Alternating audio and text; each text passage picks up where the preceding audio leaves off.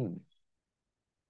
तो भाई बहनों, घटनाएं संसार में बहुत घटनाएं हो रही है, और कुछ और भी बड़ी बड़ी घटनाएं होने वाली हैं निकट भविष्य में। So, dear brethren, there are a lot of events that are happening in the world currently, and in the near future also, we can expect some very big events and incidents to happen. तो जो घटनाएं इन दिनों में संसार में हो रही हैं, वो या उनसे दो प्रकार की आवाज सुनाई देती है। So, the current events that are happening in the world, from that we can hear at least two different kinds of sounds or two indications coming from it. हम्म। तो पहली आवाज आती है कि प्रभु यीशु मसीह आ रहे हैं। The first voice that we can hear is that the Lord Jesus is coming. ये विचार हमको मिलता है सॉन्ग ऑफ सोलोमन श्रेष्ठ गीत, दूसरा अध्याय, उसकी 8वीं आयत को पढ़ेंगे। This thought we get in the book of Song of Solomon, chapter 2, verse 8. मेरे प्रेमी का शब्द सुन पड़ता है।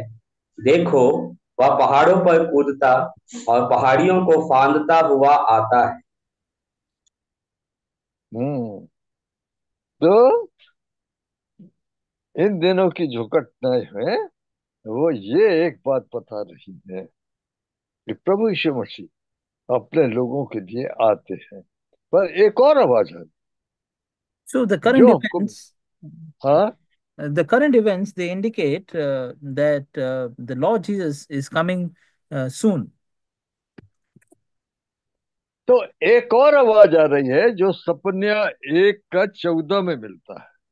There is one more voice coming or one more sound coming from all these events that we can find in Zephaniah chapter 1 and verse 4. यहोवा का भयानक दिन निकट है, वह बहुत वेग से समीप चला आता है। यहोवा के दिन का शब्द सुन पड़ता है, वहां वीर दुख के मारे चिल्लाता है। ऐसे तो दो बातें, दो प्रकार की बातें इन घटनाओं के द्वारा बताई जाती है। So there are two kinds of things that we learn from these events. एक तो ये कि प्रभु यीशु मसीह ने जो प्रॉमिस किया था कि मैं आऊंगा तुमको लेने, उसका समय मालूम पड़ता है निकट आ गया। One, that the promise that the Lord Jesus had made, that I am going to come soon to take you, the time for that is near. दूसरा ये कि परमेश्वर के वचन में, पुराने नियम में और नए नियम में भी जो बात बताई गई कि परमेश्वर का बड़ा भयानक क्रोध संसार पर आने वाला है। And the other thing that we understand from the events is, as it is written in both the Old and the New Testament, that a great day of anger or wrath of the Lord is going to come on this world. देखिए, एक जगह तो बताया गया कि परमेश्वर पृथ्वी को सुनसान कर देगा। In one place, it is told that the Lord will make the entire earth very barren and very silent. ये बात हमको मिलती है यशायाह 24वां अध्याय, उसकी पहली आयत। This we will find in Isaiah chapter 24 and verse 1. सुनो, यहोवा पृथ्वी को निर्जन और सुनसान करने पर है। वह उसको उलटकर उसके रहने वालों को तितर बितर करेगा। और पृथ्वी को सुनसान करने पर इतना पॉपुलेशन है आज, करीब 700 करोड़ से ऊपर है। So here it is written that he will make the whole earth empty and like a wasteland. Today, the population of the world is over 700 crores. और सुनसान करने का मतलब है कि थोड़े लोग बचेंगे पृथ्वी पर। And when it says that God will make it empty or he will make it like a wasteland, that means there will be very few people that will remain in this world. लेकिन फिर दूसरी जगह बोलता है कि सारी पृथ्वी परमेश्वर के ज्ञान से ऐसे भर जाएगी जैसे समुद्र पानी से भरा है। But in the other place, in the other verse, it says, the whole world shall be filled with the knowledge of God, as if the seas and the oceans are filled with water. ये हमको मिलता है यशायाह 11 उसकी 9वीं आयत पढ़ेंगे। This we find in Isaiah chapter 11 and verse 9. मेरे सारे पवित्र पर्वत पर ना तो कोई दुख देगा और ना हानि करेगा, क्योंकि पृथ्वी यहोवा के ज्ञान से ऐसी भर जाएगी जैसा जल समुद्र में भला रहता है। आपने देखा? हम्म, तो दो प्रकार की आवाजें, दो प्रकार की बड़ी बड़ी घटनाएं होने जाती हैं। So, did you see these verses? There are two big events that is going to happen. There are two kinds of sounds that are coming from the events. एक जगह तो बोला कि पृथ्वी उजाड़ हो जाएगी और भारी अकाल हो जाएगा। At one place, it says the whole earth will be made empty and it will be made a wasteland and there'll be a great famine. और दूसरी जगह ये भी बोला गया कि बड़े बड़े जो दुनिया में मरुस्थल हैं वो उपजाऊ जमीन हो जाएंगी। And in another place, it says that those barren lands that are there, they will become fruitful again. देखिए, यशायाह 35 उसकी पहली आयत पर। See Isaiah chapter 35, verse 1. जंगल और निर्जल देश प्रफुल्लित होंगे, मरुभूमि मगन होकर केसर के समान फूलेगी। देखा आपने? तो इसको हमको समझना पड़ेगा। अच्छा, प्रभु यीशु आ रहे हैं आने वाली घटनाओं में। हम लोग उसी के लिए ठहरे, उसी के लिए हम लोग तैयार हो रहे हैं, क्योंकि हम समझ गए कि उसका समय आ गया। So these events that are coming, we are seeing and understanding from that the Lord Jesus Christ is coming very soon, and it is for that purpose that we have gathered today to understand and to see more from the Lord about it. पर यह भी बताया गया कि एक और व्यक्ति आने वाला है दुनिया में जिसको मसीह विरोधी बोलते हैं। But there is one more person that the Bible says is going to come, and he is called the Antichrist. जो पहला यूहन्ना दूसरा अध्याय 18वीं आयत में मिलता है। We find this in the book of First John chapter 2 and verse 18. हे लड़कों, यह अंतिम समय है, और जैसा तुमने सुना है कि मसीह का विरोधी आने वाला है, उसके अनुसार अब भी बहुत से मसीह विरोधी उठ खड़े हुए हैं। इससे हम जानते हैं कि यह अंतिम समय है। ऐसे है, एक तो प्रभु यीशु आने वाले, बोले आने वाला आएगा और देर नहीं करेगा। In one place it says, the Lord is coming, and he who is about to come will certainly come and will not delay. प्रभु यीशु मसीह के दूसरे आगमन के बहुत से निशान दिखाई देने लगे। Uh, about the second coming of the Lord Jesus Christ, there are a lot of signs that we can already start seeing. इसी प्रकार से मसीह विरोधी या एंटी क्राइस्ट के आने के भी बहुत से निशान दिखाई देने लगे। And in the same manner, the signs of the coming of the Antichrist are also visible. याद रखिए, घटनाएं ऐसी हैं कि ये ज्यादातर घटनाएं तो प्रभु के लोगों के निकल जाने के बाद होंगी। See, the events are such that many of these things that will happen after the people of God have gone away, have been taken up. लेकिन उनकी शुरुआत हम देख सकते हैं, उनकी But, बिगिनिंग हम देख सकते हैं। but we can see already the beginning of these events. आप देखिए, ये विचार आपको मिलेगा लूका 21 उसकी 28वीं आयत। See, this thought you will find in the book of Luke, chapter 21, verse 28. जब ये बातें होने लगे तो सीधे होकर अपने सिर ऊपर उठाना, क्योंकि तुम्हारा छुटकारा निकट होगा। देखिए, समय के चिन्हों को पहचानना, समय के चिन्हों को पढ़ना बहुत जरूरी है। See, it is very important to understand and recognize the signs of time. अब एक जगह तो प्रभु यीशु मसीह ने बोला कि उसके आने के टाइम में दुनिया ऐसी होगी जैसे नूह के समय जमाने में थी। In one place in the Bible, the Lord says that when He is going to return, when Jesus is going to return, the world will be same as it was in Noah's time. ये हमको मत्ती 24 का 36, 37, 38, मत्ती 24 का 37, 38। This you will find in Matthew chapter 24, verse 37 and 38. जैसे नूह के दिन थे वैसा ही मनुष्य के पुत्र का आना भी होगा, क्योंकि जैसे जल प्रलय से पहले के दिनों में जिस दिन तक कि नूह जहाज पर ना चढ़ा उस दिन तक लोग खाते पीते थे और उनमें विवाह होते थे। और आगे की आयत पढ़ दीजिए। और जब तक जल प्रलय आकर उन सबको बहा ना ले गया तब तक उनको कुछ भी मालूम ना पड़ा, वैसे ही मनुष्य के पुत्र का आना भी होगा। तो एक जगह तो ऐसा लगता है कि नॉर्मल टाइम होगा, खाना पीना ब्याह शादी हो रही है। So, in one place, we see over here that it looks to be a very normal time. People are eating, drinking, they're getting married.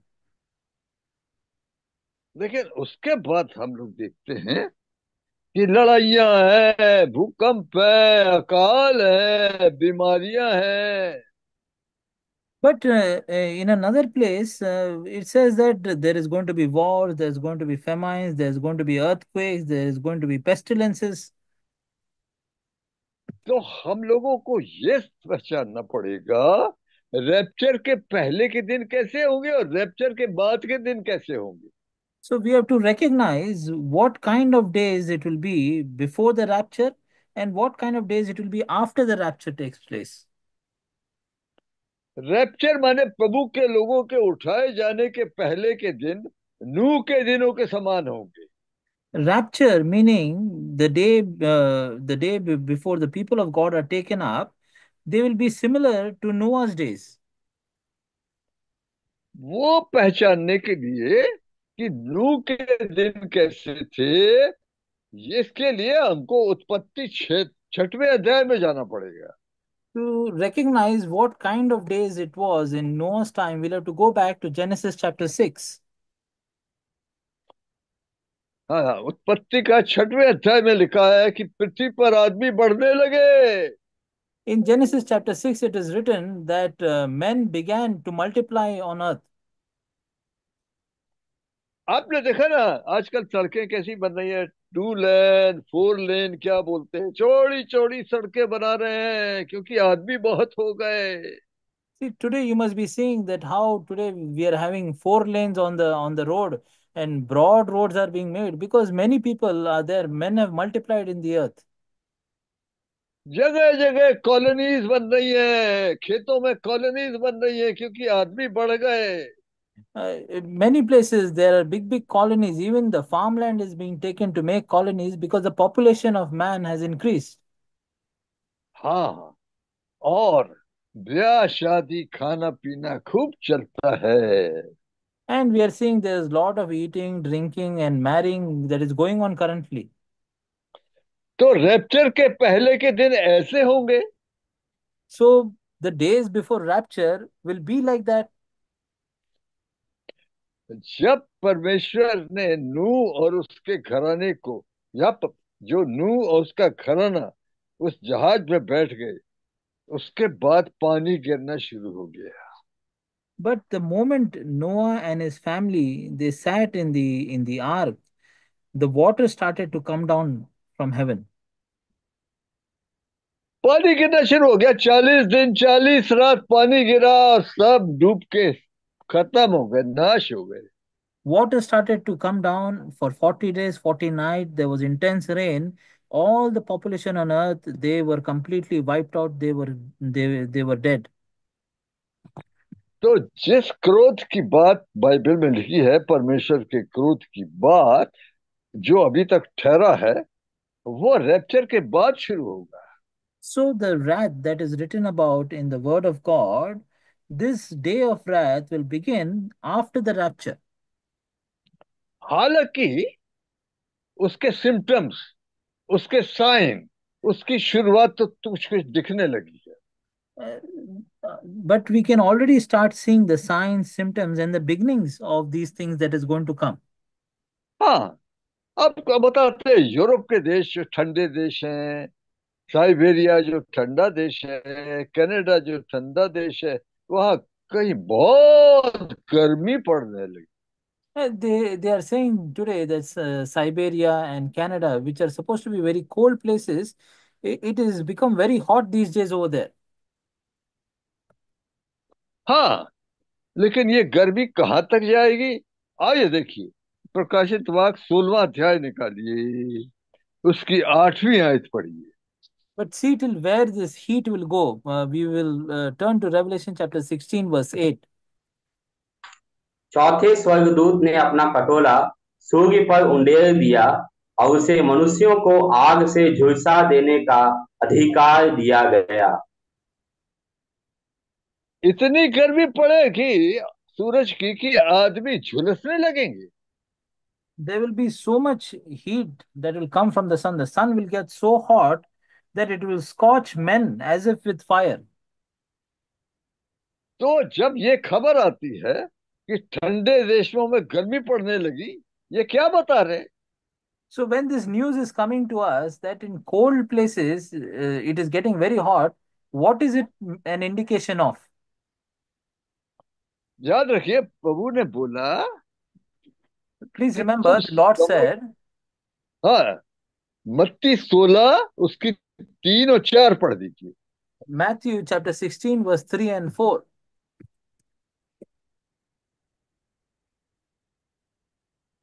और भोर को कहते हो आज आंधी आएगी, क्योंकि आकाश लाल और धूमिल है। तुम आकाश के लक्षण देखकर उसका भेद बता सकते हो, पर समयों के चिन्हों का भेद क्यों नहीं बता सकते? इस युग के बुरे और व्यभिचारी लोग चिन्ह ढूंढते हैं, पर योना के चिन्ह को छोड़ उन्हें और कोई चिन्ह ना दिया जाएगा, और वह उन्हें छोड़कर चला गया। समय के चिन्ह क्यों नहीं बता सकते? अरे मौसम तो बता देते हो। Why can you not discern the signs of the times? You are able to easily see the season, the sky, and tell what season it is. तो याद रखिए, ज्ञान या बुद्धि किस बात में है? So please remember, what, in what do we find wisdom, or what is wisdom? किसको हम बोलेंगे कि बुद्धिमान है, किसको बोलेंगे कि सिंपल है, मूर्ख है, नहीं जानता? Who will we call intelligent, or who will we say they are very simple people, ignorant people, foolish people? देखिए, नीति वचन 22वां अध्याय उसकी 3री आयत पढ़िए। See, turn to Proverbs chapter 22 and verse 3. चतुर मनुष्य विपत्ति को आते देखकर छिप जाता है, परंतु भोले लोग आगे बढ़कर दंड भोगते हैं। इसमें बुद्धिमानी है, इसमें ज्ञान है। See, in समय this is को पहले wisdom. पहचान लेना, In this is wisdom, in this is understanding, to recognize the time beforehand. क्योंकि जो परमेश्वर का क्रोध है वो बहुत ही भयानक होगा। Because the wrath of God is going to be very dangerous, and it is going to be very strong. आप जानते हैं कि प्रभु यीशु मसीह के टाइम में जो यूहन्ना बपतिस्मा देने वाला पहले आया था और लोग उसके पास बपतिस्मा लेने के लिए आते थे। You know that when the Lord Jesus Christ had first come, and John the Baptist was there, and people used to come to John the Baptist for baptism. अच्छा, उनसे यूहन्ना क्या बोलता था? हम पढ़ेंगे मत्ती का 3रा अध्याय और उसकी 7वीं आयत। See what John the Baptist used to tell to them in Matthew chapter 3, verse 7. जब उसने बहुत से फरीसियों और सदुकियों को बपतिस्मा के लिए अपने पास आते देखा, तो उनसे कहा, हे साप के बच्चों, तुम्हें किसने जता दिया कि आने वाले क्रोध से भागो? आने वाला क्रोध की जो बातें प्रकाशित वाक्य में बताई गई हैं, जो कटोरे उंडे दिए जा रहे हैं, वो बहुत ही भयानक है। See, the things that are going to happen, the bowls that are going to be poured on the earth, these are very dangerous things that are going to happen. क्योंकि एक जगह लिखा है कि ऐसे टाइम में लोग मरना मांगेंगे और मरेंगे नहीं। Because the Bible says in one place that the times are going to be like this, that people will want to die, but they will not be able to die. लेकिन उस क्रोध के आने के पहले प्रभु यीशु अपने बच्चों को जो उससे प्रेम करते हैं यहां से निकाल के ले जाएगा। But before such a day of wrath comes, Lord Jesus, He will take the people, His children who are loving Him and who are waiting for Him. देखिए, पहला थिस्सलुनी पहला अध्याय उसकी 10वीं आयत पढ़ती। See, read First Thessalonians chapter 1 and verse 10. और उसके पुत्र के स्वर्ग पर से आने की बात जोते रहो, जिसे उसने मरे हुओं में से जिलाया, अर्थात यीशु की, जो हमें आने वाले प्रकोप से बचाता है। अब क्रोध हमारे लिए नहीं है। So the wrath is not for us. आप देखिए, पहला थिस्सलुनी 5वां अध्याय उसकी 9वीं आयत पढ़। See, read First Thessalonians chapter 5 and verse 9. क्योंकि परमेश्वर ने हमें क्रोध के लिए नहीं, परंतु इसलिए ठहराया है कि हम अपने प्रभु यीशु मसीह के द्वारा उद्धार प्राप्त करें। लेकिन याद रखिए, अगर प्रभु के लोग प्रभु के आने के टाइम में किसी प्रकार के पाप या अशुद्धता में पाए गए, But remember, if the people of God, whom the Lord has saved, if they are found in some kind of impurity or any kind of sin, या वो विश्वासी जो बाट नहीं जो रहे थे या दुनियादारी में फंसे थे, or those kind of believers who are not looking for His appearance or who were busy in their worldly ways, उस प्रकार के जो प्रभु के बच्चे हैं, उनके लिए पीछे छूट जाने का खतरा है। these kind of people, though they are the children of God, if they are having this kind of lifestyle and attitude, there is a big danger that they will be left behind. क्योंकि याद रखिए, परमेश्वर का क्रोध शुरू होने वाला एक फंदे के समान। Because remember, the day of wrath, the wrath of the Lord is going to start like a trap. हम पढ़ेंगे लूका का 21वां अध्याय उसका 34-35। We'll read Luke chapter 24, verse 34 and 35. इसलिए सावधान रहो, ऐसा ना हो कि तुम्हारे मन खुमार और मतवालेपन और इस जीवन की चिंताओं से सुस्त हो जाएं, और वह दिन तुम पर फंदे के समान अचानक आ पड़े, क्योंकि वह सारी पृथ्वी के सब रहने वालों पर इसी प्रकार आ पड़ेगा। याद रखिए, ये बात प्रभु कोई भीड़ से नहीं बोल रहा, अपने चेलों से बोल रहा है।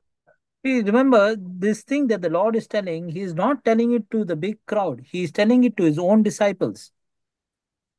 मतलब ये है कि इन दिनों में प्रभु के लोगों का ध्यान कहाँ होना चाहिए? Meaning this, that in such days, in these days, where should the focus and attention of the children of God be? अगर वो खाने पीने में और इस जीवन की चिंताओं में फंसे हैं तो उनके लिए खतरा है। लूका 21 का 36 पढ़िए, 36। If they are busy in this current world and if they're busy in eating, drinking, and in the cares of this world, then there is a big danger for them. Read Luke chapter 21, verse 36. इसलिए जागते रहो और हर समय प्रार्थना करते रहो कि तुम इन सब आने वाली घटनाओं से बचने और मनुष्य के पुत्र के सामने खड़े होने के योग्य बनो। तो आने वाली घटनाएं क्या हमने पढ़ा लूका 21 के 26 में? So, what are these coming events that we read about in Luke chapter 21 and verse 26?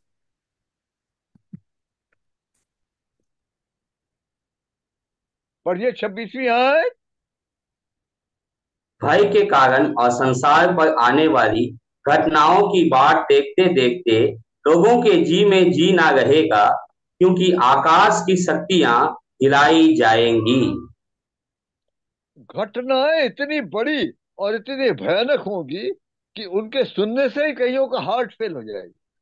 The events that are going to happen are going to be so big and so massive and so dangerous that just by listening all of this, the hearts of men will start to fail. They'll start to have heart attacks. याद रखिए, ये परमेश्वर का क्रोध बहुत समय से ठहरा हुआ है। Please understand that this wrath of the Lord is waiting for a very long time. अब याद रखिए कि ये जो घटनाएं इस समय हो रही हैं, खासकर इसराइल के बारे में तो खबरें पढ़ते होंगे ना आप? क्या हो रहा है इसराइल में? Now, please understand that these events will definitely be happening and they are happening, especially about the nation of Israel. You may be reading what is happening over there. Israeli लोग और यहूदी लोगों का इतिहास आपने समझा? Did you understand the history of the people of Israel and the Jews? ये लोग करीब 2000 साल के बाद दुनिया के भिन्न भिन्न देशों से छुड़ाए जाकर इसराइल में लाए गए हैं। These Israelites or Jews, after 2000 years, they have been brought back to the land of Israel from different countries. They have been brought together into that land of Israel after 2000 years. लेकिन आपको मालूम होना चाहिए कि वो लोग प्रभु यीशु मसीह को अभी भी नहीं मानते हैं। But you should be knowing this that they do not acknowledge or accept the Lord Jesus Christ even today. आप जानते हैं कि प्रभु यीशु मसीह के बारे में इस यहूदियों में क्या बात प्रचलित है? Do you know what thing about the Lord Jesus Christ is very well known amongst the Jews even today? हाँ, आइए देखिए, ये मत्ती का 28वां अध्याय निकालिए और उसका आप पढ़िए 13, 14, 15। Please turn to Matthew 28 and read verse 13, 14, and 15. क्या कहना कि रात को जब हम सो रहे थे तो उसके चेले आकर उसे चुरा ले गए, और यदि यह बात हाकिम के कान तक पहुंचेगी तो हम उसे समझा लेंगे और तुम्हें जोखिम से बचा लेंगे। सो उन्होंने रुपये लेकर जैसा सिखाए गए थे वैसा ही किया। यह बात आज तक यहूदियों में प्रचलित है। यहूदी लोग ये तो जानते हैं कि मसीह आएगा, पर जब मसीह प्रभु आए तब नहीं पहचाने। The Jews know that the Messiah is going to come, but when the Lord Jesus Christ, the Messiah, came, they were not able to recognize him. यहूदी लोग, इस्राएली लोग आज भी मसीह के आने की बात जो रहे हैं। The Jews, the Israelites, even today, they are looking for their Messiah to come. जब ये एंटी क्राइस्ट खड़ा होगा तब ये यहूदी लोग बोलेंगे यही मसीह आ गया। When this Antichrist will stand up, the Jews will say, yes, this is our Messiah. क्या इसराइल में जो खबरें हो रही हैं उसके ऊपर आप ध्यान दे रहे हैं क्या?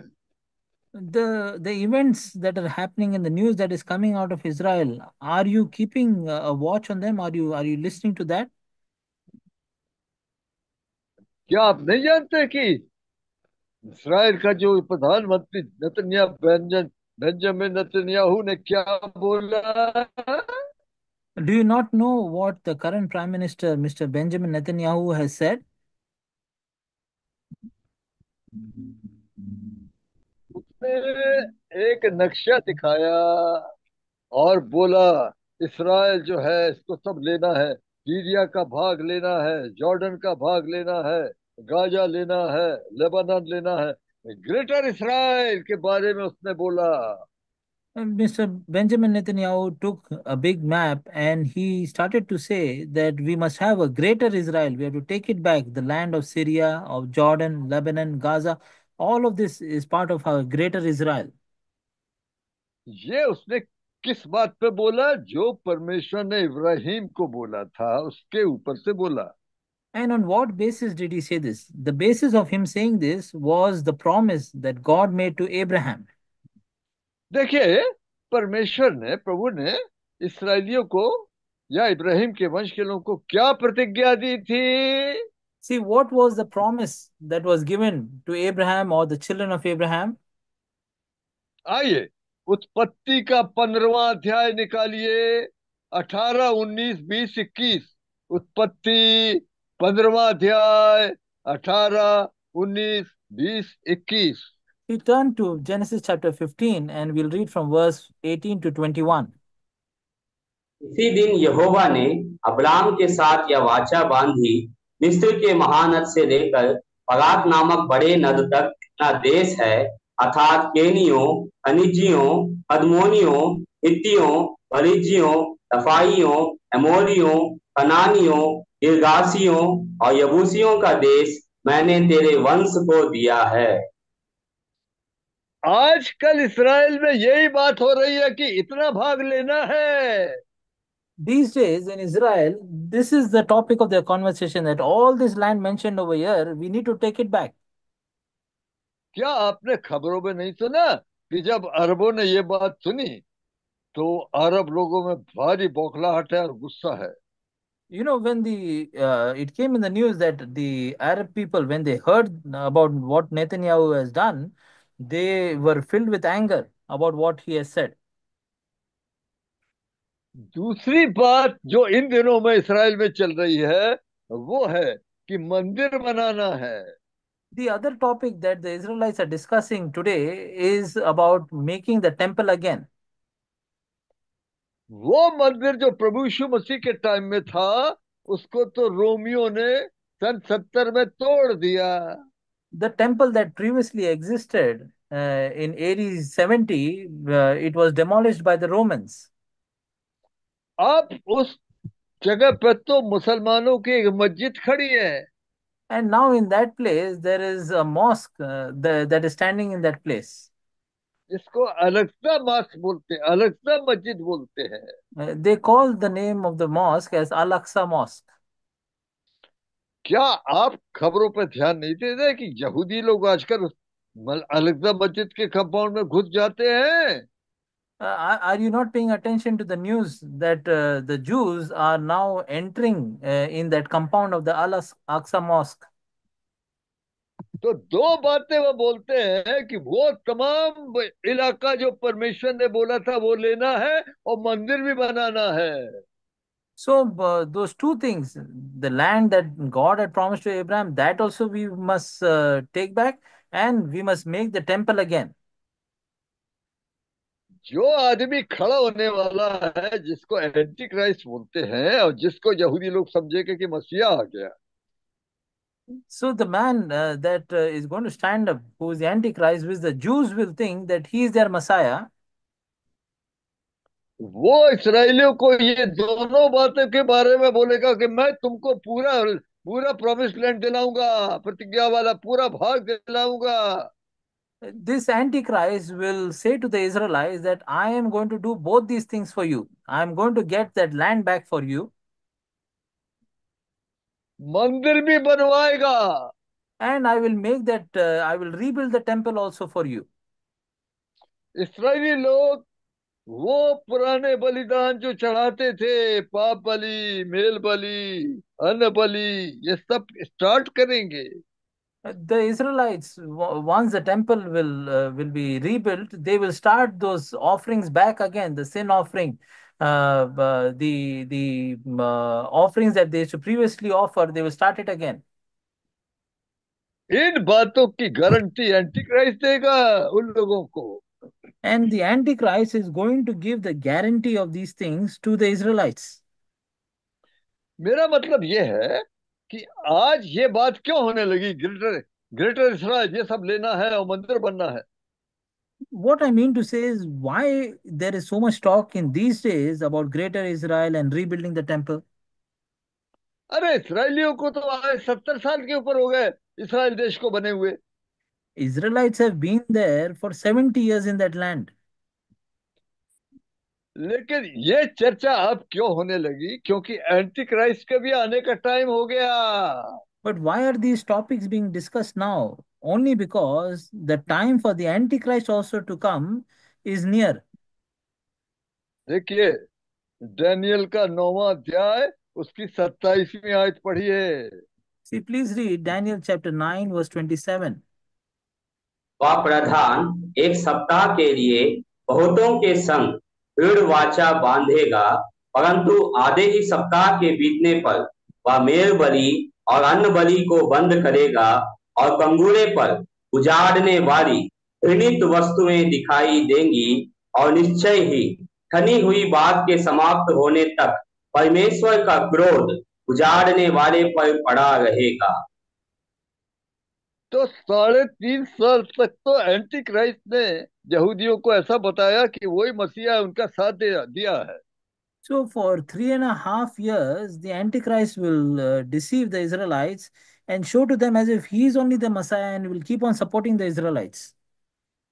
लेकिन बाद में ये जो यहूदियों ने मंदिर बनाया उसमें वो जाके बैठ गया और बोलने लगा, मैं परमेश्वर हूँ, I am God. But afterwards, after 3.5 years, he will enter the temple and he will say to the Israelites, I am God.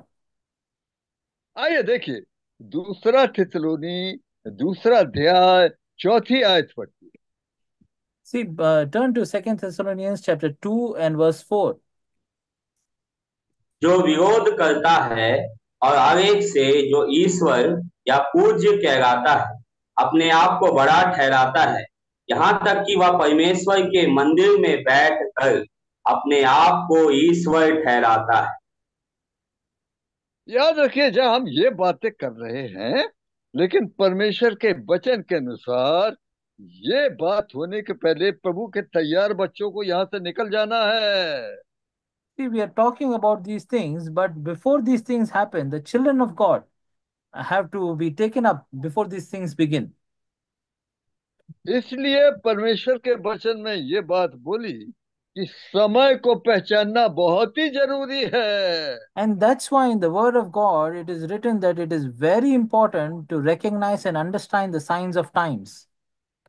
आइए देखिए, रोमियो की पत्री 13वां अध्याय उसका 11-12। See, turn to Romans chapter 13, verse 11 and 12. समय को पहचान कर ऐसा ही करो, इसलिए कि अब तुम्हारे लिए नींद से जाग उठने की घड़ी आ पहुंची है, क्योंकि जिस समय हमने विश्वास किया था उस समय के विचार से अब हमारा उद्धार निकट है। रात बहुत बीत गई है और दिन निकलने पर है, इसलिए हम अंधकार के कामों को त्याग कर ज्योति के हथियार बांध लें। ऐसा है। अब देखिए, ये बात कितनी जरूरी है, मैं आपको बता रहा हूं कि ज्ञानी विश्वासी कौन है। See what is written, and what I want to draw your attention to is who is the wise believer. आइए देखिए क्या लिखा है। सबोपदेशक लिखा है। See what is written. सबोपदेशक 8वां अध्याय 5वीं आयत। See what is written in Ecclesiastes chapter 8 and verse 5. जो आज्ञा को मानता है वह जोखिम से बचेगा, और बुद्धिमान का मन समय और न्याय का भेद जानता है। ये भेद हमको समझना है जब हम प्रभु यीशु मसीह के आने की बात करते हैं।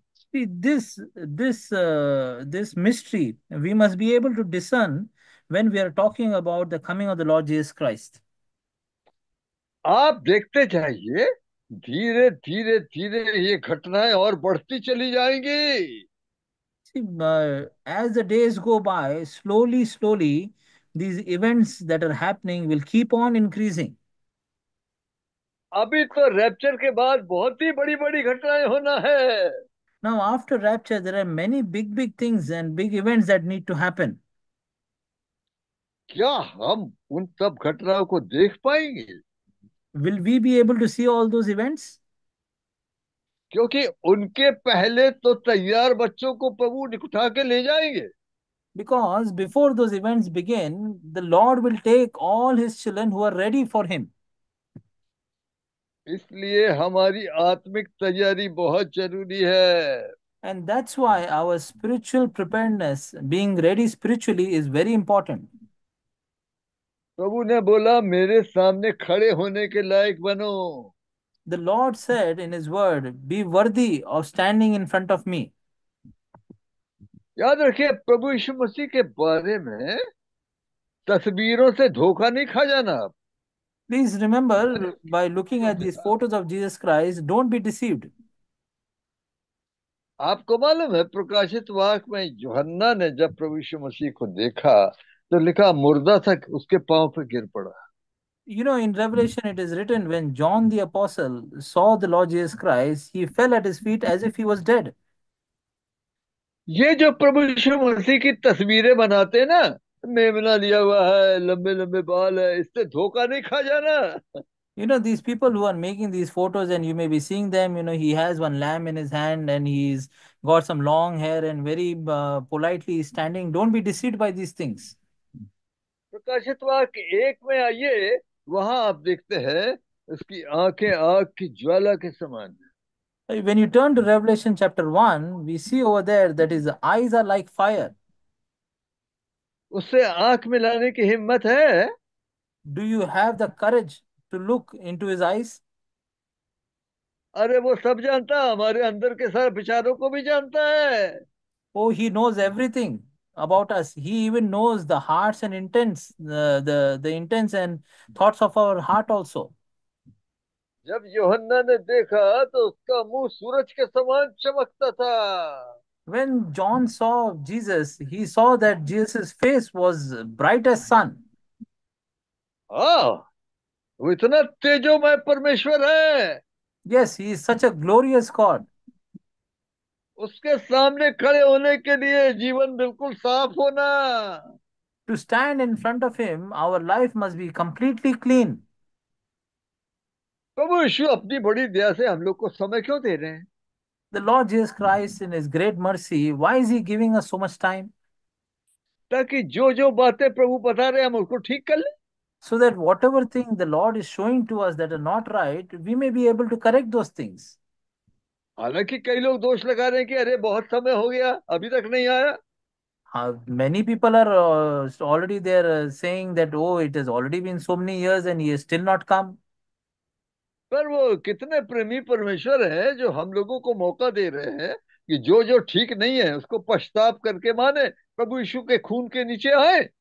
But yet, this loving God, so loving He is giving us the time that whatever things that are not right in our life, that we may come under the cleansing blood of the Lord Jesus Christ and we may correct our lives through it. या, या, याद रखिए, हमारा संबंध परमेश्वर के साथ, हमारा संबंध मनुष्यों के साथ बिल्कुल ठीक होना। Please remember our relationship and conscience towards God and relationship conscience towards man, both must be clean. अगर इन दिनों में परमेश्वर अपने आत्मा के द्वारा या अपने वचन के द्वारा या किसी प्रकार से हमसे बातें करके बता रहा है, If the Lord, through His word or through His saints, is talking to us in these days about anything, वो इसलिए बता रहा है कि हम उसको मान के ठीक कर लें।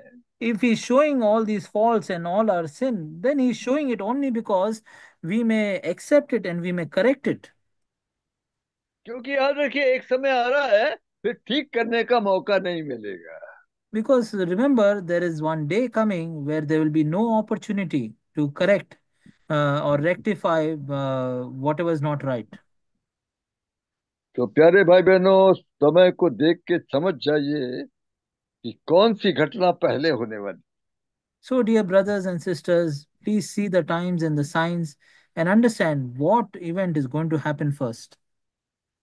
सबसे पहली घटना इन दिनों में जो होने वाली है वो पहला थिस्सलुनी चौथा अध्याय 16 और 17 है। The first event that is going to happen is First Thessalonians chapter 4, verse 16 and 17. हाँ, पढ़ देंगे। क्योंकि प्रभु क्योंकि प्रभु आप ही स्वर्ग से उतरेगा, उस समय ललकार और प्रधान दूत का शब्द सुनाई देगा, और परमेश्वर की तुरही फूंकी जाएंगी, और जो मसीह में मरे हैं वे पहले जी उठेंगे। तब हम जो जीवित और बचे रहेंगे उनके साथ बादलों पर उठा लिए जाएंगे कि हवा में प्रभु से मिलें, और इस रीति से हम सदा प्रभु के साथ रहेंगे। देखिए, ये आशा है तो मेरा दिल, आपका दिल क्या बोल रहा है? So, if this is our hope, then what is your and my heart saying to us? आपको पूरी आशा है? Do you have the full assurance and full hope? पूरी आशा के लिए कोशिश करिए। Please strive for the full hope and assurance. इब्रानियों की पत्री 6वां अध्याय 11वीं आयत पढ़िए। Please read Hebrews chapter 6 and verse 11. और हम बहुत चाहते हैं कि तुम में से हर एक जन अंत तक पूरी आशा के लिए ऐसा ही प्रयत्न करता रहे। ऐसा जीना है इन दिनों में। See, we have to live in such a way in these days. प्यारे भाई बहनों, आज हम लोग यहीं तक रहेंगे। अगर इस दरमियान प्रभु यीशु नहीं आते हैं, और फिर अगर मौका मिलेगा तो हम फिर अपने प्रभु के आने के बारे में बातें करेंगे। Dear तो प्रभु brethren, आपके पर आशीष दीजिए। uh, dear brethren, for today we will be till here only. And in this, in the meanwhile, if the Lord doesn't come, and if He gives us the opportunity again, then we will discuss and meditate on these matters again. May the Lord bless His word.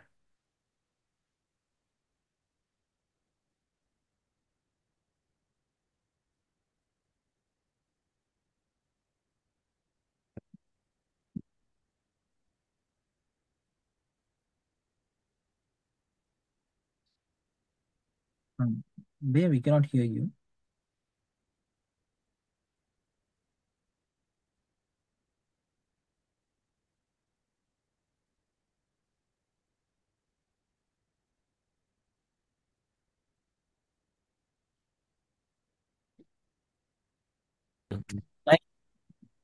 Thank you uncle, आपके सुंदर वचन के लिए। और उम्मीद करता हूँ जितने भी सुने हैं, अगली बार आप सिर्फ जुड़ेंगे नहीं, बहुतों को जोड़ेंगे, क्योंकि ये जरूरी है कि आपने जो सुना है वो दूसरों को भी बताना बहुत जरूरी है।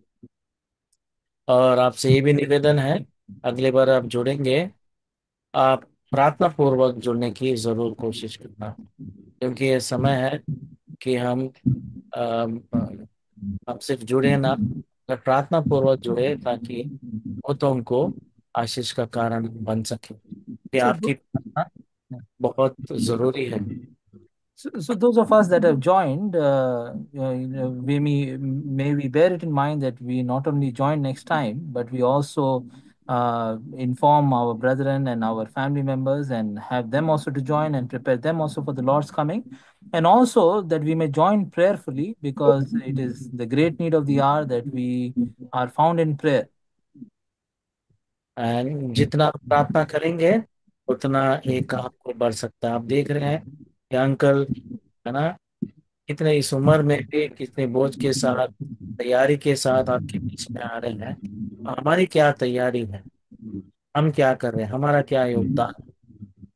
You see, in this age also, the Lord is giving strength to His servant, and with a lot of burden, the Lord is sending His servant amongst us, and He is ministering to us. What is our contribution that we are making for our own spiritual growth? How are we coming to these meetings? So, we may also come with much prayer. And not सिर्फ प्रार्थना ही नहीं, हम भी प्रभु के लिए कुछ की पात्र बन सके और इस काम को हम भी बढ़ा सके। And not only praying, but we may also have the desire, and we may also be used of God as a vessel to extend His kingdom and to spread His gospel and the news about His second coming. अभी हम प्रार्थना में जाएंगे, और हमारे बीच में Shripad uncle है, प्रार्थना में अंतिम प्रार्थना और बड़े में सहायता करेंगे। और सब लोग भी मसीह बनना के लिए और आप प्रार्थना में जरूर याद रखें। We'll hand over to Uncle Sharad Bhatt, who will lead us in closing prayer and in benediction. You also, in your personal prayers, please remember Masi Mandana and its ministries.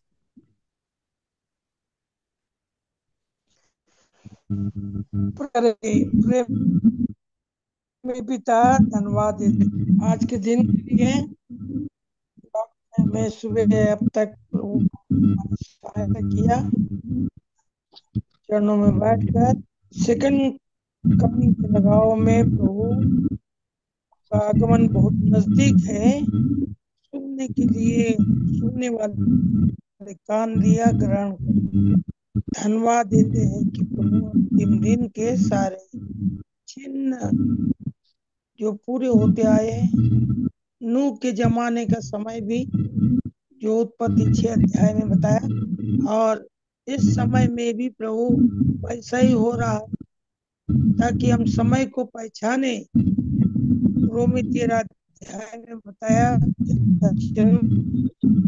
प्रभु से मिलने के लिए हम हमारा परिवार तैयार हो, मंडली कलीसिया के लोगों को हम तैयार कर सके,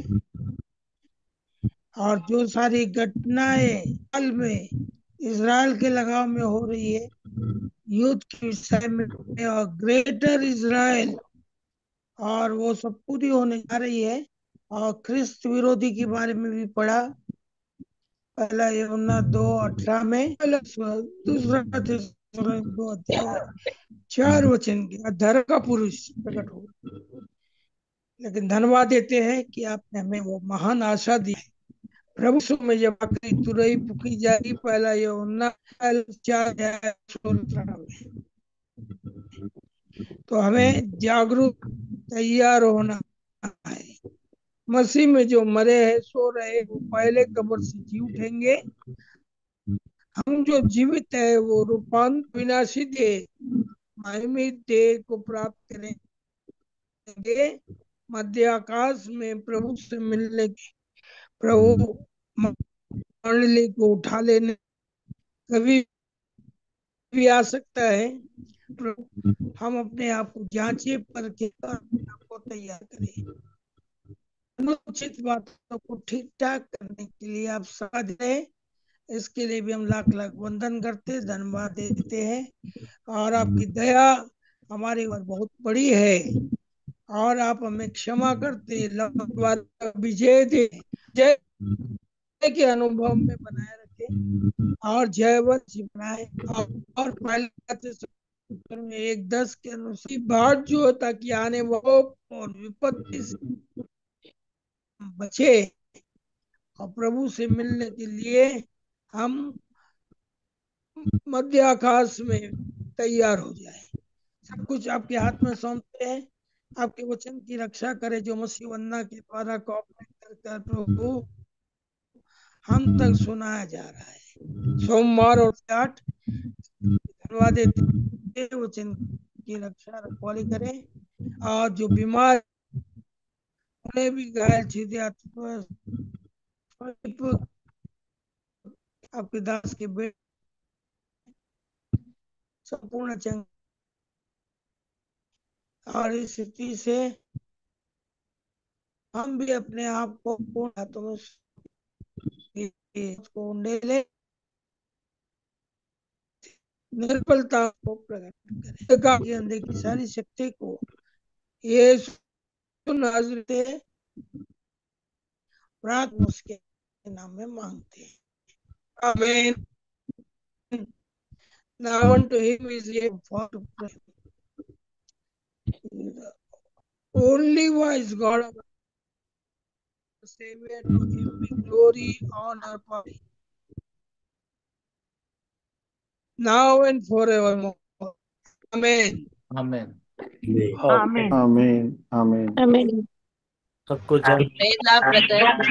बहनों को जय मसीह। So, जय मसीह। Praise the Lord. Praise the Lord, सभी को uncle. जय मसीह।